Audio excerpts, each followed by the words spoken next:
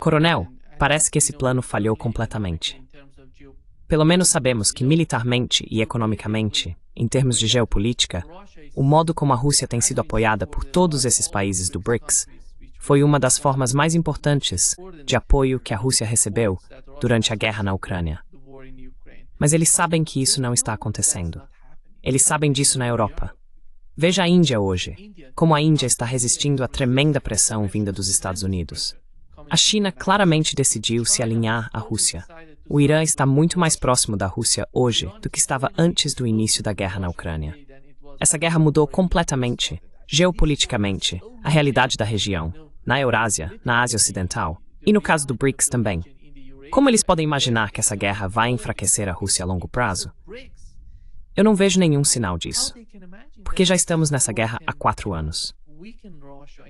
Nos aproximando de 4 anos de guerra na Ucrânia, e não há nenhum indício que indique o contrário.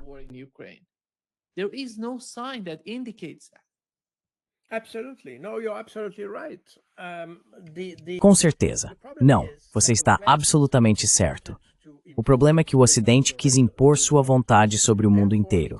Portanto, o Ocidente com sua política, de fato dividiu o mundo em 2 partes.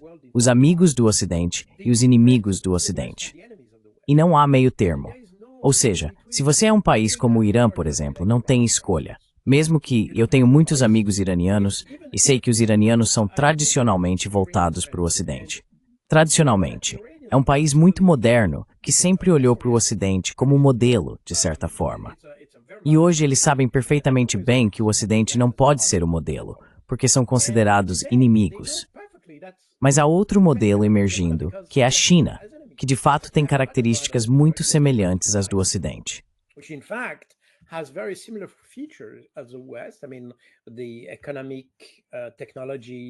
Quero dizer, a economia, a tecnologia, o desenvolvimento do comércio e tudo isso. Na verdade, a China se tornou o modelo, como já disse muitas vezes, porque a China se tornou a locomotiva do resto do mundo. Ela criou um modelo alternativo, o que significa que hoje você não está mais limitado a escolher o Ocidente. Quero dizer, há 40 anos você não tinha alternativa. Se fosse isolado do Ocidente, estaria realmente isolado de tudo, porque o Ocidente dominava tecnologicamente, militarmente, economicamente, de certa forma, dominava o mundo. Não estou fazendo nenhum julgamento sobre se isso era bom ou ruim, mas essa era a realidade, o que significava que era preciso ter algum tipo de vínculo com o Ocidente. Caso contrário, você não conseguiria ter nenhum tipo de desenvolvimento. Hoje é totalmente diferente. Today it's totally different. Today, China is even more developed than the US. Hoje, a China está ainda mais desenvolvida do que os Estados Unidos, o que significa que o modelo agora vem do Oriente e não mais do Ocidente. E se você observar o brasão da Rússia, verá que ele tem uma águia com 2 cabeças, uma olhando para o leste e outra para o oeste. Sempre foi assim.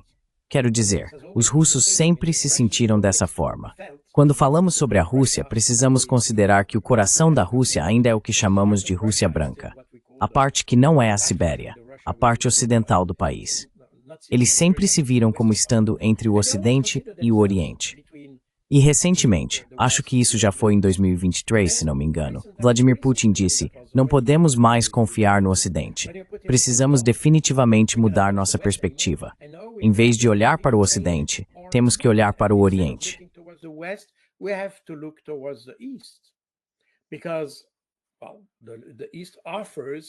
Como o Oriente oferece uma alternativa ao Ocidente, um padrão de relações internacionais mais amigável, mais estável e menos guiado por ideologias, torna-se ainda mais conveniente desenvolver relações com a China, por exemplo. E essa política do Ocidente, de sancionar todos que usam dólares americanos ou comercializam bens ocidentais ou coisas do tipo, levou o restante do mundo a dizer: certo, se vocês não querem que negociemos com o seu dinheiro, se não querem que negociemos o que gostaríamos de negociar, então é melhor cortar completamente. E é exatamente isso que estamos vendo agora. É uma crise, um fosso crescente entre o Ocidente e o restante do mundo. E a Rússia entendeu isso perfeitamente. when the West started to cut all the Quando o Ocidente começou a cortar todas as rotas de fornecimento de energia, incluindo os oleodutos e tudo mais, a Rússia entendeu que não poderia mais basear seu desenvolvimento ou suas relações econômicas no Ocidente. E mesmo que isso voltasse a acontecer em 1 ou 2 anos, ainda haveria o risco de um novo corte. Portanto, para a Rússia, é melhor construir agora um tipo completamente novo de relacionamento com parceiros mais estáveis. E, de fato, essa estabilidade foi proporcionada, ironicamente, pelo próprio Ocidente. Porque, ao definir o restante do mundo como inimigo, o Ocidente criou uma espécie de mundo de segunda classe.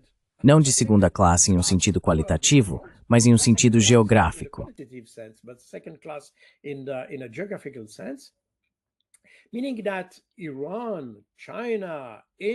Ou seja, Irã, China, Índia e todos esses países sentem-se ligados pelo mesmo destino, o mesmo fado, por assim dizer, porque todos são considerados possíveis inimigos do Ocidente, se não explicitamente definidos como tal, como é o caso do Irã ou da China. Mas aqueles que estão no meio, como a Índia, por exemplo, sabem que, se as coisas derem errado, o Ocidente os sancionará, impedirá seu desenvolvimento e assim por diante. Por isso, fazem sua escolha muito rapidamente, porque sabem que se associar ao Ocidente é uma aposta. Enquanto isso, se tiverem laços com a China, mesmo que Índia e China tenham muitos problemas, questões territoriais e de fronteira entre elas, ainda assim o comércio com a China é estável, porque esses países fazem uma distinção entre o que é político e o que é comercial.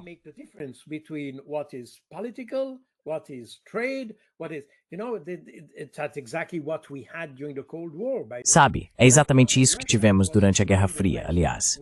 A Rússia fornecia gás ao Ocidente desde o final dos anos 60. Ou seja, durante toda a Guerra Fria, havia gás russo chegando à Europa. E isso foi durante a Guerra Fria. Tivemos muitas situações em que quase houve confronto entre o leste e o oeste, ou entre o bloco comunista, o Pacto de Varsóvia e a OTAN. Mas a Rússia nunca interrompeu, nem sequer ameaçou interromper, o fornecimento de gás em troca de concessões geopolíticas ou algo do tipo. Isso nunca aconteceu. Os russos têm sido extremamente consistentes.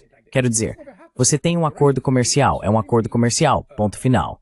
Você tem questões políticas, questões geopolíticas, questões geoestratégicas, são assuntos diferentes. Mas um acordo comercial é um acordo comercial. Está assinado, está assinado. É isso. Ponto.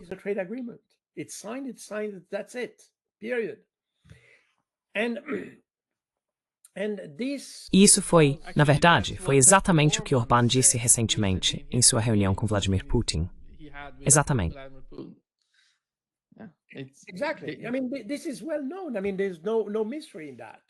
Quer dizer, isso é bem conhecido.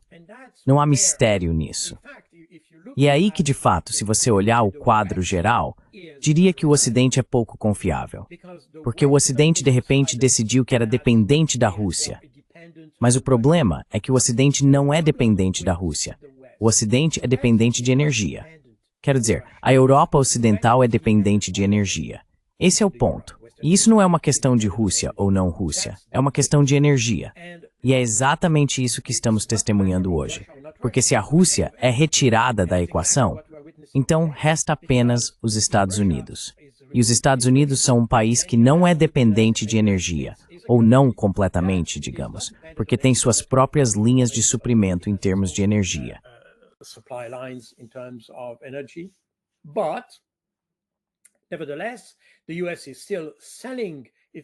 Mesmo assim, os Estados Unidos ainda estão vendendo. Na verdade, estão vendendo mais petróleo do que importam, praticamente a mesma quantidade, de qualquer forma. Porque os estados querem ganhar dinheiro. Eles não são como os russos, que ficavam muito satisfeitos em enviar petróleo ou gás barato para a Europa. Os estados querem lucrar, especialmente agora que a política sobre Trump é tornar a América grande novamente, o que significa que, se você pedir algum tipo de acordo ou desconto aos Estados Unidos, esqueça.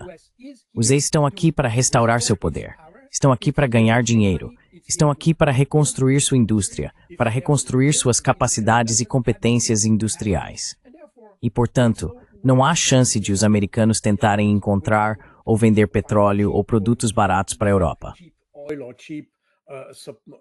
things to Europe. They want to make money. And that's exactly what we have seen with Eles querem ganhar dinheiro. E é exatamente isso que temos visto com todos esses chamados acordos, a guerra tarifária e tudo mais. Porque a ideia é a seguinte: se você quiser nos vender coisas, haverá tarifas, porque não queremos seus produtos. Queremos vender para você, mas não queremos seus produtos. E, portanto, impomos tarifas sobre esse equipamento para proteger nossa própria indústria. Ou seja, a lógica por trás do comércio do lado dos Estados Unidos com a Europa, em comparação com o lado russo com a Europa, é completamente diferente. Os russos nunca disseram que têm recursos suficientes para vender para o mundo todo. Portanto, não precisam ganhar dinheiro com a Europa. Therefore, they don't need to make money on Europe. And that's exactly the problem we have today, meaning... E é exatamente esse o problema que temos hoje. Os russos não cortaram nada deliberadamente. Na verdade, reconheceram que os europeus romperam os laços com eles e não querem lutar contra isso. Eles percebem que o problema é sistêmico. Foi exatamente isso que Vladimir Putin disse em uma reunião com industriais e a União dos Empresários em março deste ano. Ele afirmou que as sanções e todos os obstáculos impostos à Rússia são sistêmicos. Portanto, não há como se livrar deles. Temos que viver com essas sanções, viver com essas limitações e assim por diante. É assim que as coisas são.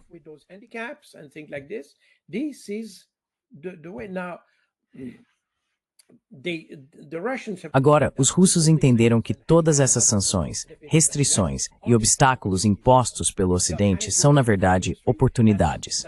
São desafios para a indústria que levaram as empresas russas a serem mais criativas, mais inovadoras, a desenvolver novos produtos e a cooperar, provavelmente não de forma exclusiva, aliás, com a China. Assim, o ecossistema mudou. Embora por décadas os russos tenham buscado se aproximar do ecossistema da Europa Ocidental, eles abandonaram completamente essa ideia. Agora, estão mais conectados ao ecossistema chinês ou ao asiático em sentido mais amplo, que provavelmente é mais promissor para eles do que o ocidental.